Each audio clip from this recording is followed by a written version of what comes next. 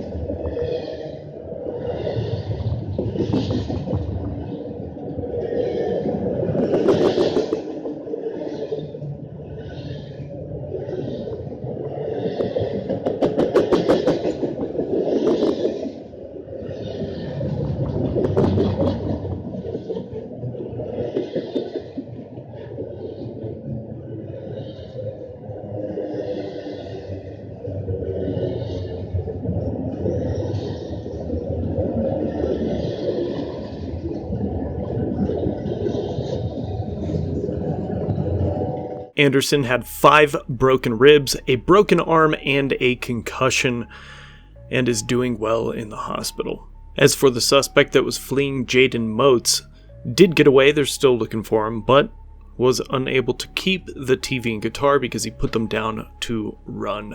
Does not look like Andy Anderson does much running himself. Otherwise, maybe he could have avoided that train. New tonight, we are getting a look at the moment a Polk County officer was hit by a train. The department releasing this body camera footage. Take a look. We've stopped it before the moment of impact. The train slammed into Officer Andy Anderson, knocking him off the tracks. He's now out of surgery, recovering from broken ribs, an elbow, and a shoulder blade. This incident happened Tuesday while he tried to make an arrest in Rockmart. He heard the train. He just didn't realize how close to the tracks he was.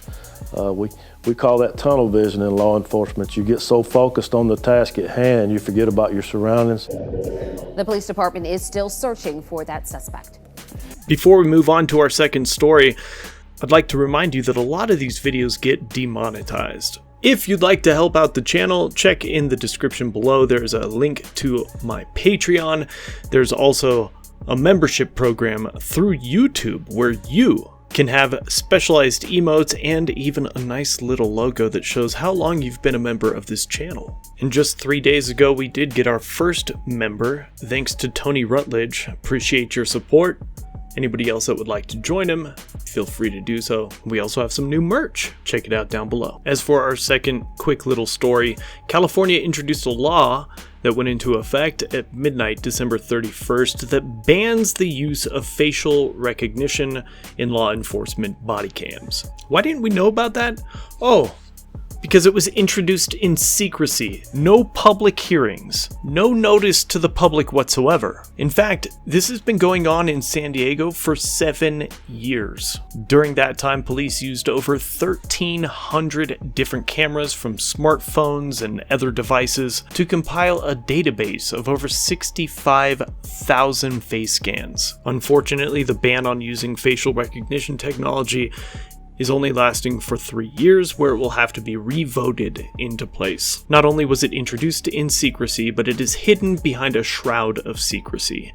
No results were ever tracked of the program, and one police spokesman said that they are unaware of any arrests or prosecutions tied to the use of facial recognition technology. On screen is a list of all the agencies that use the facial recognition technology. You might want to check it out for yourself and see if your privacy has been violated. As we move closer and closer to a dystopian future, at least some cities are banning the use of this technology, while the agencies that use it are asking us to give them more and more of this various tech.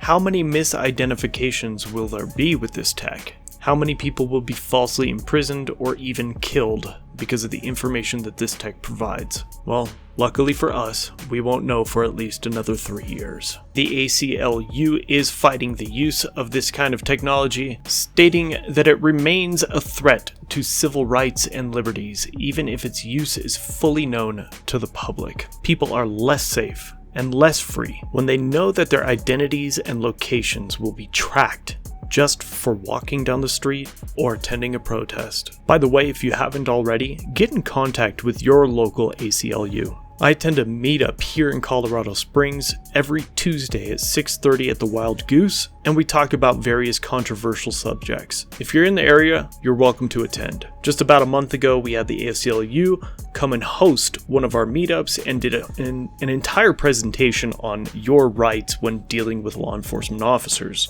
And they did pretty good. Of course, they focused on Colorado law, but they broke down when you're allowed to be stopped, frisked, ID'd, etc. So if you're looking for a good place to learn the laws in your local area, hit up the ACLU. It's 100% free. Anyway, guys, that's it for today's video. Thank you for being here. Remember to like, comment, share, subscribe, become a member, become a patron. Thanks again to Tony Rutledge. Stay safe out there, guys. I will see you in the next one.